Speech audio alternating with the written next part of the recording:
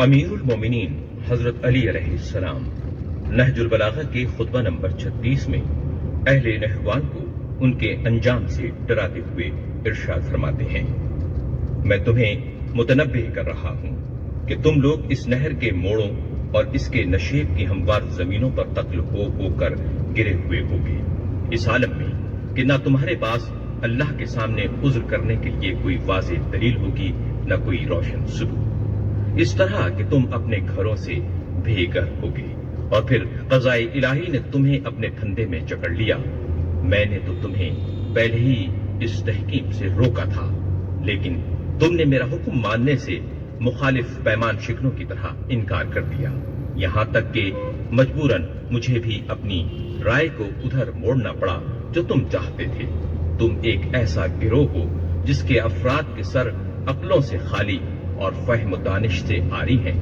خدا تمہارا برا کرے، میں نے تمہیں نہ کسی مصیبت میں پھنسایا ہے، نہ تمہارا برا چاہا تھا۔ امیر المومنین امام المتقیان حضرت علی علیہ السلام نہج البلاغہ کے خطبہ نمبر 39 میں ارشاد فرماتے ہیں کہ میرا ایسے لوگوں سے سابقہ پڑا ہے جنہیں حکم دیتا ہوں تو مانتے نہیں، بلاتا ہوں تو آواز پر لبیک نہیں کہتے۔ تمہارا برا ہو، اب اپنے اللہ کی نصرت کرنے میں تمہیں کس چیز کا انتظار ہے؟ کیا دین تمہیں ایک جگہ اکٹھا نہیں کرتا اور غیرت اور حمیت تمہیں جوش میں نہیں لاتی؟ میں تم میں کھڑا ہو کر چلاتا ہوں اور مدد کے لیے پکارتا ہوں، لیکن تم نہ میری کوئی بات سنتے ہو، نہ میرا کوئی حکم مانتے ہو، یہاں تک کہ ان نافرمانیوں کے برے نتائج کھل کر سامنے آ جائیں۔ نہ تمہارے ذریعے خون کا بدلہ لیا جا سکتا ہے، نہ کسی مقصد تک پہنچا جا سکتا ہے۔ میں نے تم کو تمہارے ہی بھائیوں کی مدد کے لیے پکارا تھا، مگر تم اس اونٹ کی طرح بلبلانے لگے جس کی ناک میں درد ہو رہا ہو، اور اس لاغر و کمزور شتر کی طرح ڈھیلے پڑ گئے جس کی پیٹھ زخمی ہو۔ پھر میرے پاس تم لوگوں کی ایک چھوٹی سی متزلزل و کمزور فوج آئی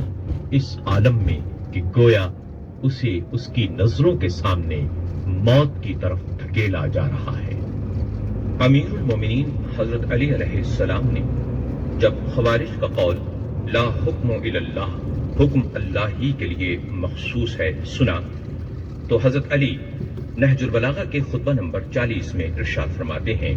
یہ جملہ تو صحیح ہے مگر جو مطلب وہ لیتے ہیں وہ غلط ہے۔ ہاں بے شک حکم اللہ ہی کے لیے مخصوص ہے، مگر یہ لوگ تو یہ کہنا چاہتے ہیں کہ حکومت بھی اللہ کے علاوہ کسی کی نہیں ہو سکتی، حالانکہ لوگوں کے لیے ایک حاکم کا ہونا ضروری ہے، خواہ وہ اچھا ہو یا برا۔ اگر اچھا ہوگا تو مومن اس کی حکومت میں اچھے عمل کر سکے گا، اور برا ہوگا تو کافر اس کے عہد میں لذائذ سے بہر اندوز ہوگا، اور اللہ اس نظام حکومت میں ہر چیز کو اس کی آخری حدوں تک پہنچا دے گا۔ اسی حاکم کی وجہ سے مال خراج و غنیمت جمع ہوتا ہے، جس سے دشمن سے لڑا جاتا ہے، راستے پر امن رہتے ہیں، اور قوی سے کمزور کا حق دلایا جاتا ہے، یہاں تک کہ نیک حاکم مر کر یا معزول ہو کر راحت پائے اور برے حاکم کے مرنے یا معزول ہونے سے دوسروں کو راحت پہنچے۔ اسی طرح ایک دوسری روایت میں اس طرح ہے کہ جب امیر المومنین حضرت علی علیہ السلام نے تحکیم کے سلسلے میں ان کا قول سنا تو آپ نے فرمایا کہ میں تمہارے بارے میں حکم خدا ہی کا منتظر ہوں۔ پھر فرمایا اگر حکومت نیک ہو تو اس میں متقی و پرہیزگار اچھے عمل کرتا ہے، بری حکومت ہو تو اس میں بدبخت لوگ جی بھر کر لطف اندوز ہوتے ہیں، یہاں تک کہ ان کا زمانہ ختم ہو جائے اور موت انہیں پا لے۔